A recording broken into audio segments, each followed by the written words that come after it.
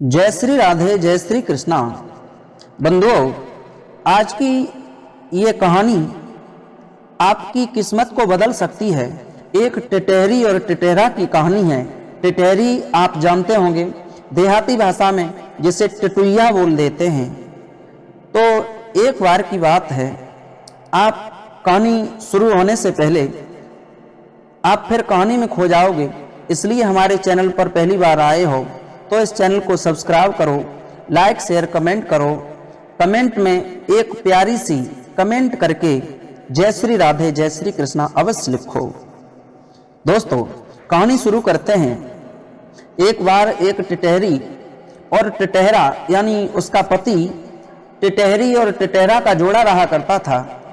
वो एक जगह पे जब घने जंगल में फंस गया, रात्रि में जब एक वृक्ष के ऊपर बैठ गए तो टिटहरी ने अपने पिया से कहा, पिया ऐसा कहो, आज कोई एक ऐसी कहानी, ऐसी बात कहो जिससे ये रात कट जाए और रात टल जाएगी, सुबह हम अपने घर को चलेंगे। बोले ठीक है, हम तुम्हें एक अच्छी सीख सिखाते हैं। दोस्तों, ये टिटहरी और टिटेरा की कहानी बड़ी ही सुंदर अच्छी कहानी है। टिटहरी ने कहा तो टिटेरा ने जवाब दिया, सुनो, ये तुम सुनना चाहती हो तो ध्यान देकर के सुनना, ये हमारे आंखों देखी बात है। टिटहरी से कहा, एक बार की बात है, जब हम एक घने जंगल में रहा करते थे, वहां एक सुंदर सा बरगद का वृक्ष था।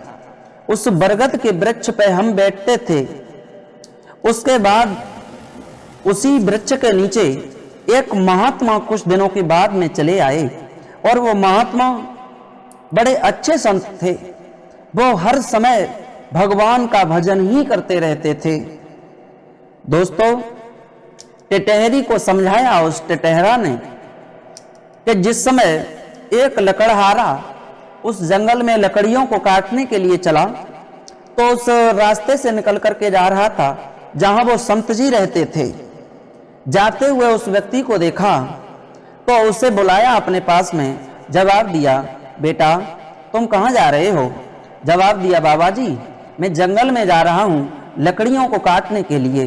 बाबा जी ने समझाया, अरे बेटा तुम इधर जा रहे हो, इधर तो बहुत कीकड़ा वगैरह हल्की लकड़ी हैं, तुम अंदर को चले जाओ, वहां सुंदर सुंदर अच्छे घने पेड़ मिलेंगे, वृक्ष मिलेंगे, वहां से लकड़ियों को लेकर के आओ। एकदम से वो लड़का वहां से उठ गया। सोचने लगा, देखो तो ये बाबा जी इस जगह बैठे रहते हैं, इन्हें क्या पता कि किस जंगल में किस जगह पे और अच्छी लकड़ी है। बताओ, हमारे दादे परदादे से यही काम होता चला आ रहा है, क्या हम नहीं जानते लकड़ी के बारे में, कहाँ अच्छी है कहाँ खराब है? उस बात को, बाबा जी की बात को अनसुना करके वो वहां से चला गया। जब रास्ते में चलता हुआ जा रहा था, जब लकड़ियों को तोड़ने के लिए गया, लकड़ी तोड़ने के बाद घर पहुंचा, सुबह फिर आया। सुबह आया, बाबा जी ने फिर कहा, बेटा क्या मैंने बताया था उस तरफ तुम लकड़ी लेने के लिए गए थे? फिर अनसुना कर गया। आगे बढ़ा, सोचने लगा हो सकता है ये बाबा जी सत्य ही कह रहे हों, एक बार चलकर देखता हूं। जब अंदर चलकर के देखा तो वहां अच्छे सुंदर सुंदर वृक्ष थे, उनसे लकड़ियों को काट करके वो ले गया।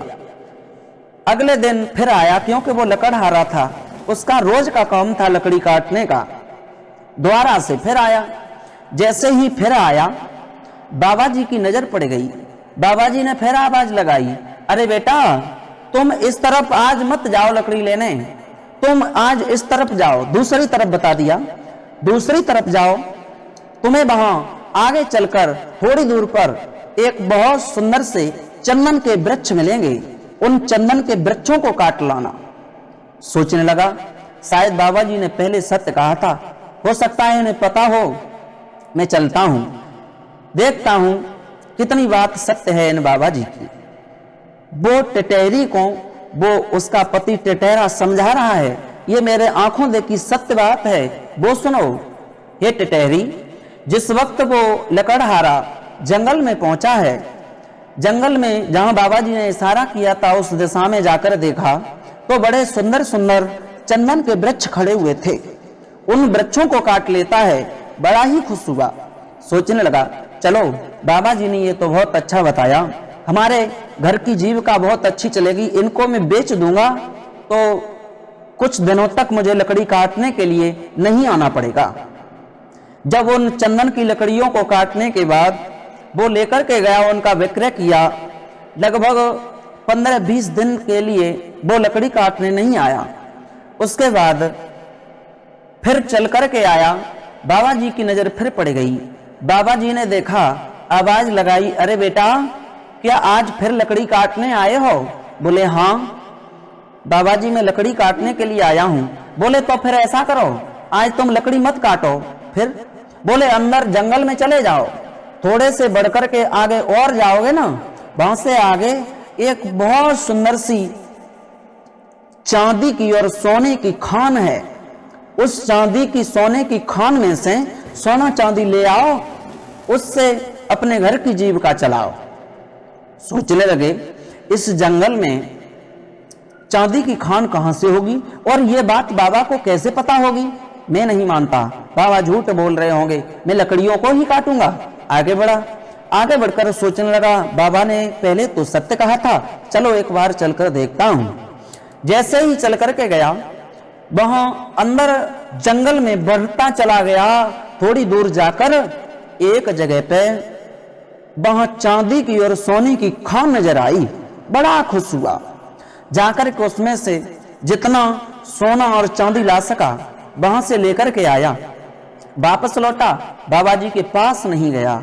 अब तो उस सोने चांदी को लेकर के आया तो लगभग 1.5 साल हो गई, लेकिन वो लकड़ी काटना तो भूल गया, वहां नहीं गया, अपने घर को उसी से जीविका चलाने लगा।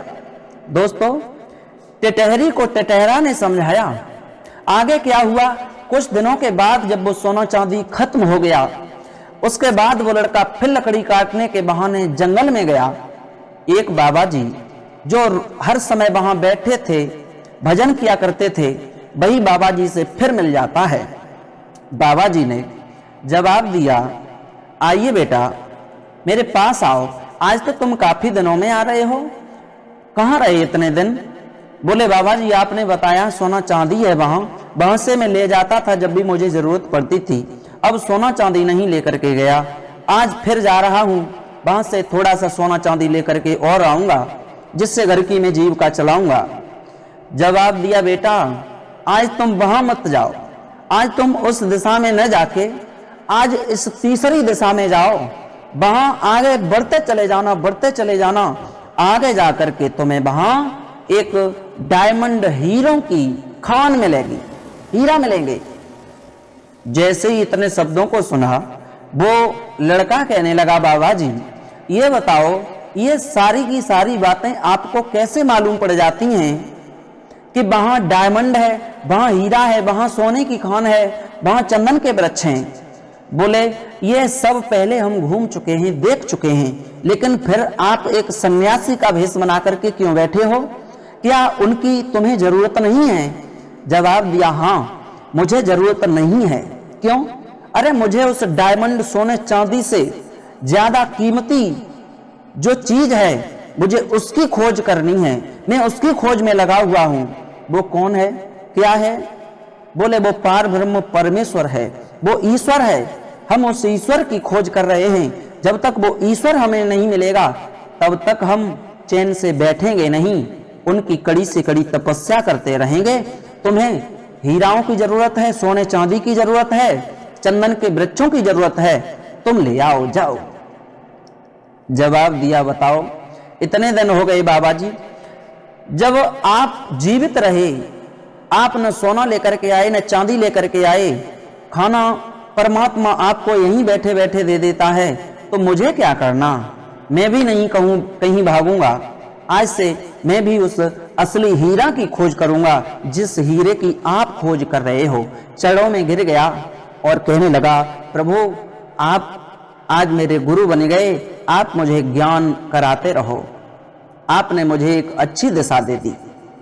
दोस्तों, उस टिटहरी को टिटहरा ने समझाया, हे प्रिय, जिंदगी में जिस चीज के चक्कर में हम पड़े हुए हैं, सारे दिन यूं ही निकाल देते हैं, लेकिन हम जो असली चीज है उसे नहीं पा रहे, उसे नहीं खोज पा रहे।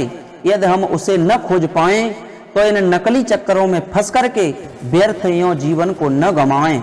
और हमें इससे सीख ये भी मिलती है कि कभी यदि हमें सामने वाला कोई व्यक्ति कुछ बात बताता है तो उस बात को हमें समझना चाहिए, उस बात को अमल करना चाहिए और उस बात पर हमें चलना चाहिए।